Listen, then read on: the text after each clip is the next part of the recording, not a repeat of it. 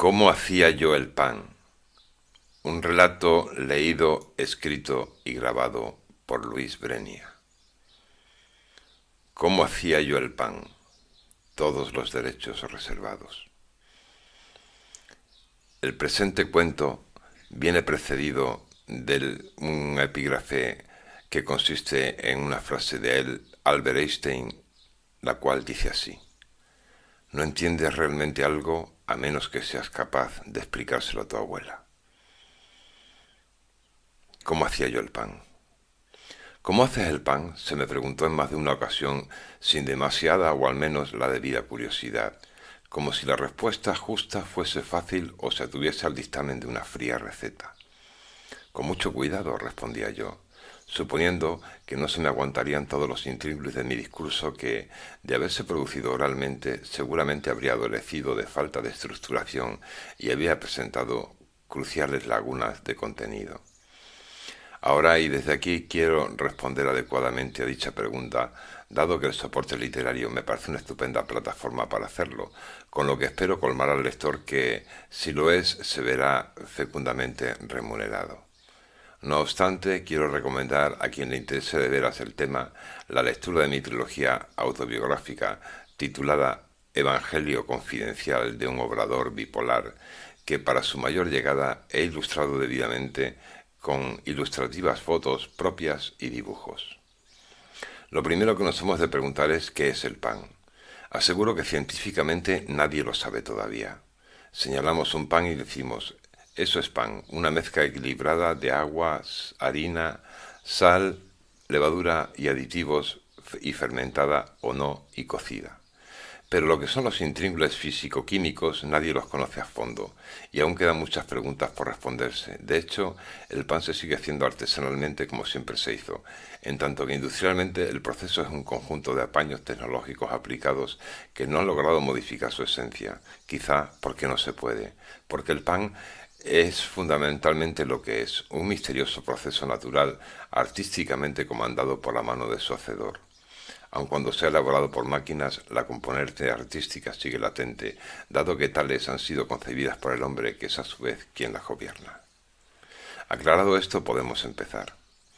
Yo siempre suelo comenzarle a los profanos que lo primero de todo es conocer la naturaleza de los distintos agentes en juego, los ingredientes, las herramientas, las condiciones climáticas y el panadero.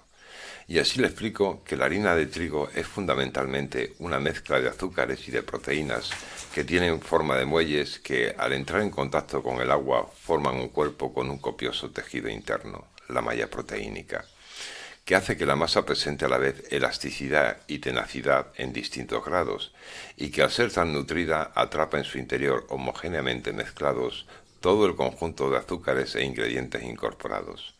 Dicho substrato soporte se le conoce como masa muerta, porque carece completamente de vida. Esta llega cuando le incorporamos la levadura, que es un ser vivo, concretamente un hongo llamado Saccharomyces cerevisiae, que es el agente biológico que se alimenta de los azúcares de la harina y excreta un gas que es retenido por la extensible malla proteínica, el gluten, y que es el que levanta la masa y causa la fermentación, que es el proceso de mutaciones físico-químicas del substrato. Tanto los azúcares como la levadura son muy sensibles a las distintas temperaturas en juego, la del propio sustrato y la del ambiente. De ahí la crucial importancia que habrán de jugar las mismas en todo el proceso de elaboración. La sal, por su parte, además de proporcionarle sabor al pan, refuerza el gluten, y los aditivos son una especie de fijador del mismo, que hace que cuando la masa sube en el horno, al verse sometida al súbito acrecentamiento de la infernal temperatura y se produzca el brutal incremento de la actividad de la levadura que produce una aluvión de producción de gas en el interior del pan, no se derrengue y mantenga el tipo hasta que las levaduras mueren y finalizan su labor, adquiriendo su voluminosa forma. Digamos que el empuje gaseoso producido cuando las levaduras alcanzan su mayor pico de actividad en el horno dilata la malla proteínica y el emulgente la fija, cuando alcanza su apogeo de expansión y evita su contracción. Y en eso es en lo que fundamentalmente consiste el proceso de elaboración.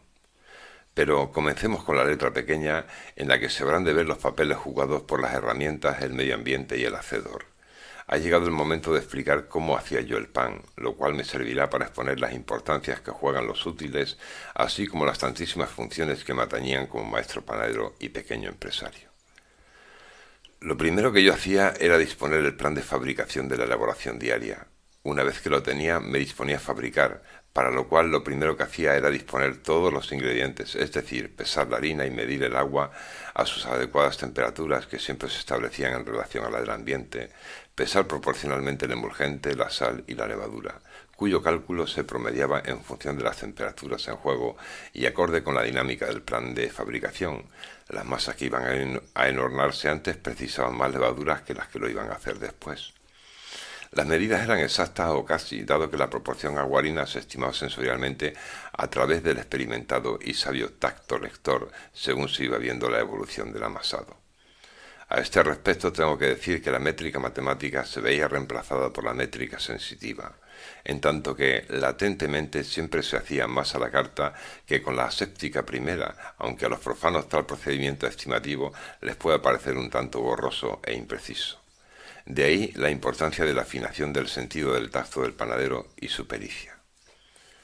Una vez que tenía los ingredientes dispuestos, vertía la harina en la artesa de la amasadora y le incorporaba el emulgente y la sal, dejando la levadura pesada aparte para incorporarla al final del amasado. Le añadía casi la totalidad del agua prevista y ponía la amasadora en marcha. Aquí debo de hacer un paréntesis para explicar qué es y cómo funciona la amasadora, que como su propio nombre indica no es más que una mezcladora. Pero el mezclado homogéneo de los ingredientes alberga sus particularidades que seguidamente expondré. Una amasadora es fundamentalmente una máquina que cíclicamente constriñe la masa y la deja reposar, constriñe y deja reposar, constriñe y deja reposar. Las constricciones enredan la malla proteínica y calientan ligeramente la masa. El reposo la deja descansar y la relaja.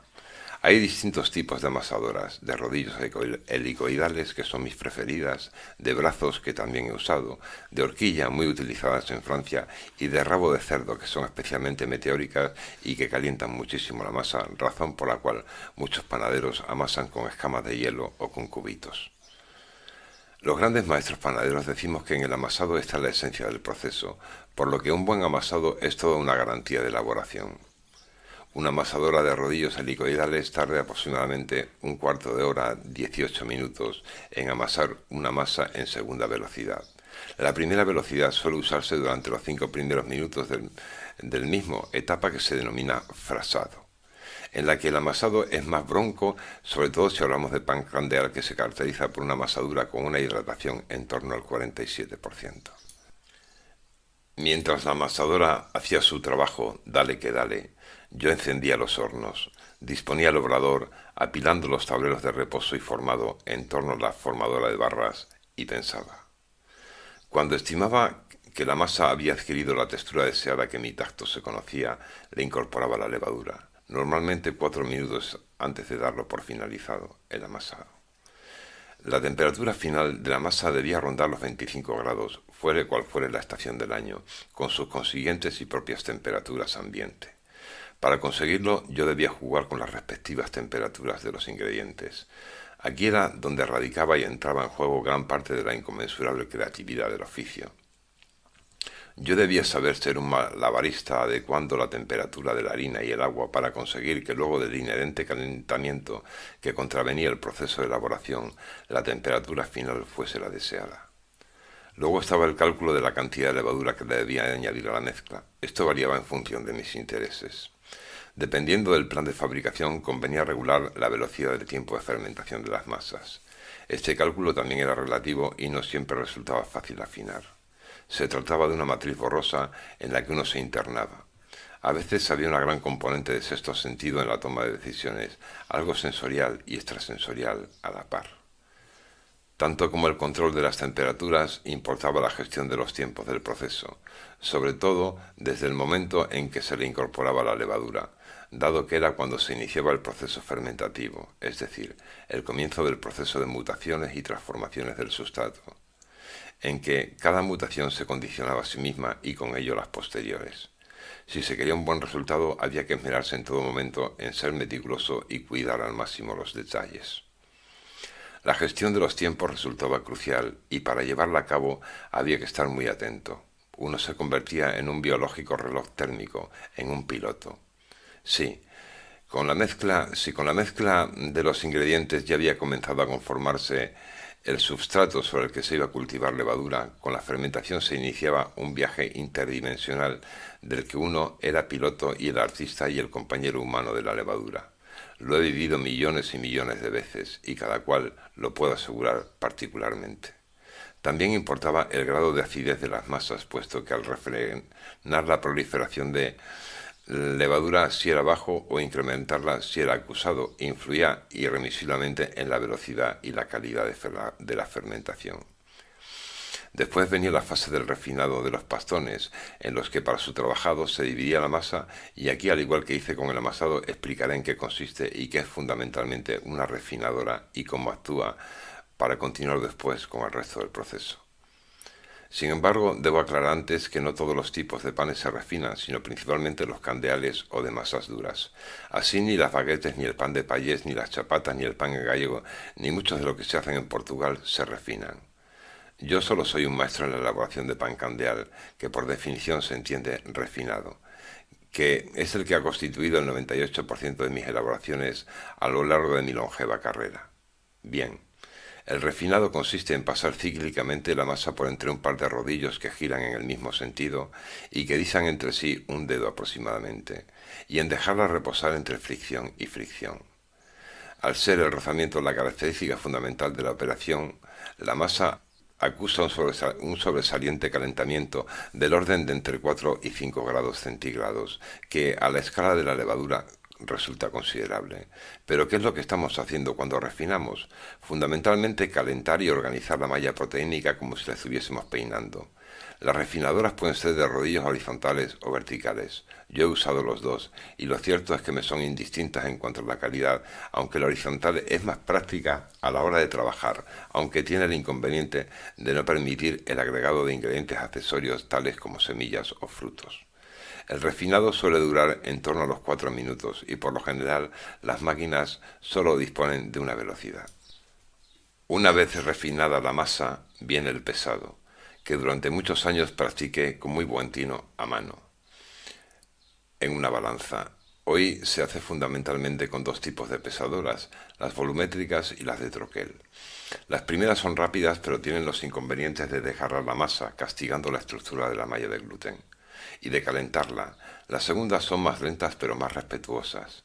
Ambas pueden traer incorporada una boleadora, puesto que el boleado o heñido es la siguiente operación que habremos de practicar si queremos obtener un buen producto. De niño yo no boleaba, puesto que carecía de suficiente fuerza en las manos para vencer la resistencia de la masa, y las piezas, generalmente de 700 gramos, eran muy grandes para ellas. Luego heñí a mano y posteriormente a máquina. El heñido a máquina se hace fundamentalmente de dos maneras: por recorrido de una banda en forma de teja en el caso de las pesadoras volumétricas, o también en las llamadas heñidoras cónicas, que son unas máquinas que tienen una artesa rotatoria en forma de campana invertida, por cuyo interior hay un circuito de una teja en espiral que es el que la pieza recorre dando vueltas sobre sí para adquirir la nueva forma esférica, o por circunvolución de la masa en un molde, como es el caso de las pesadoras de troquel. La pesadora volumétrica consiste en una tolva en la que se deposita la masa, que está montada sobre un pistón basculante, que cada vez que balancea le succiona y muerde un pedazo al pastón. La pesadora de troquel consiste en una artesa sobre la que se corta limpiamente la masa con una cuchilla de forma adecuada que conforma un molde. Las piezas deben reposar entre 2 y 3 minutos en el caso del pan candeal después del heñido.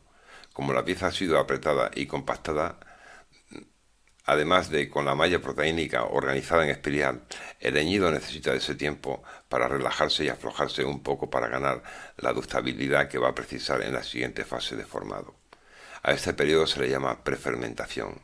En el caso de masas blandas se puede alargar considerablemente.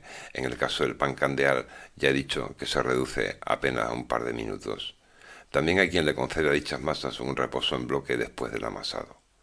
Como se ha dicho, a continuación viene el formado, que como su propio nombre indica, consiste en darle al pan su forma. Esta es la elección del panadero y la clientela, pero generalmente es redonda, ovalada o alargada. Depende de si se quiere miga o corteza y de la estética. Cuando formábamos a mano, el formado, al igual que el leñido y el enhornado, era un suplicio. El formado siempre obedece a una estructuración en espiral de la malla proteínica de dentro hacia afuera. Cuando se trata de un pan redondo, se extiende la esfera poco a poco sin castigar la masa, es decir, respetando su ductibilidad. Cuando se trata de un pan alargado, la masa se extiende y se relía. En el caso de panes ovalados, la cosa se puede hacer de ambas maneras, depende del sesgado o corte que se le quiera dar. La masa del pan candeal tiene mucha fuerza y si la extiendes, tiende a contraerse porque la malla proteínica tiende a comprimirse como selva de muelles entrelazados que es. Las máquinas hacen bien este trabajo. La masa se introduce entre dos cilindros muy juntos que giran en el mismo sentido y la masa queda laminada.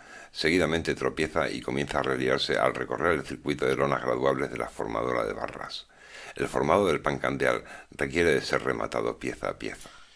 Entonces da comienzo la fermentación propiamente dicha. El pan candeal no puede fermentar antes de formarse, pues defectuosamente saldrá lleno de alvéolos.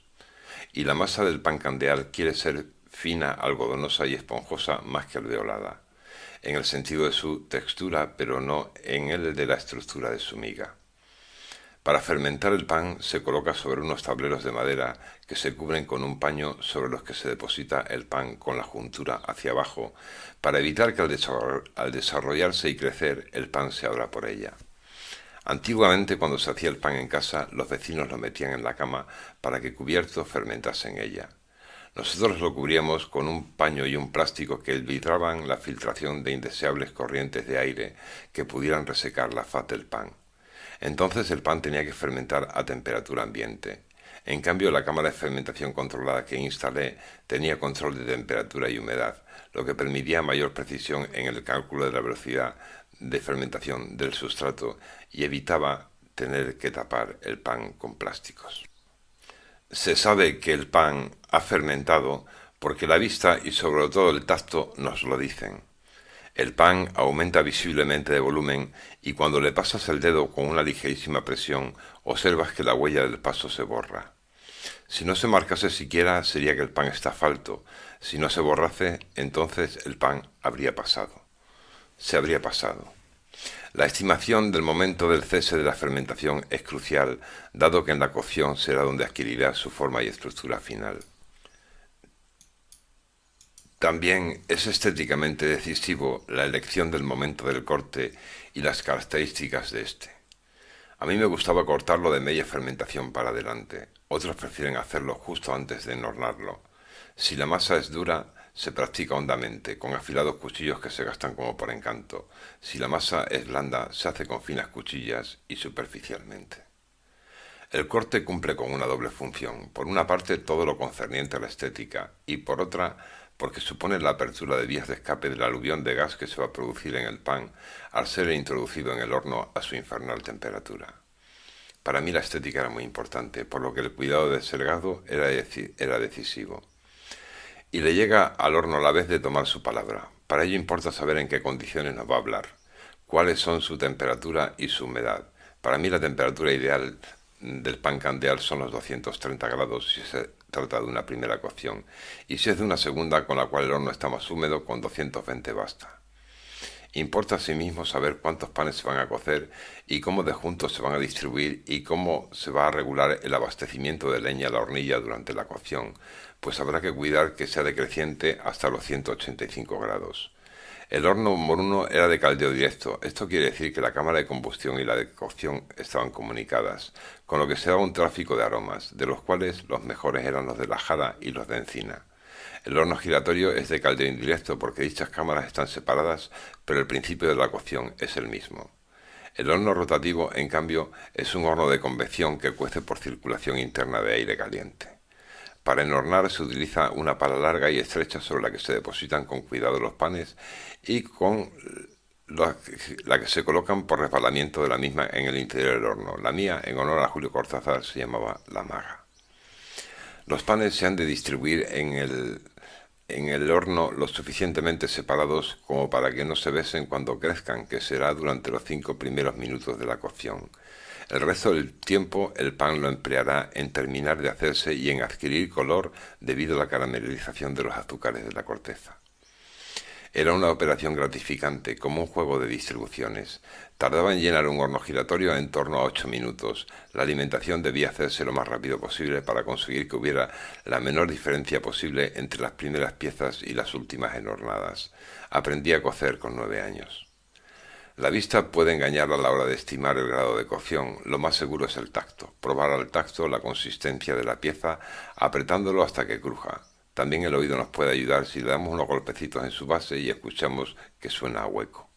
Si el pan entra falto, no desarrollará mucho. Si entra a punto, lo hará en su justa medida, y si entra pasado pueden ocurrirnos dos cosas: o que salga con un volumen excesivo o por el contrario caído y apretado. Por ello es tan importante la elección del término de la fermentación e inicio de la cocción. El horno de convección era infinitamente más cómodo, pero su calidad de cocción no sería comparable a la del giratorio.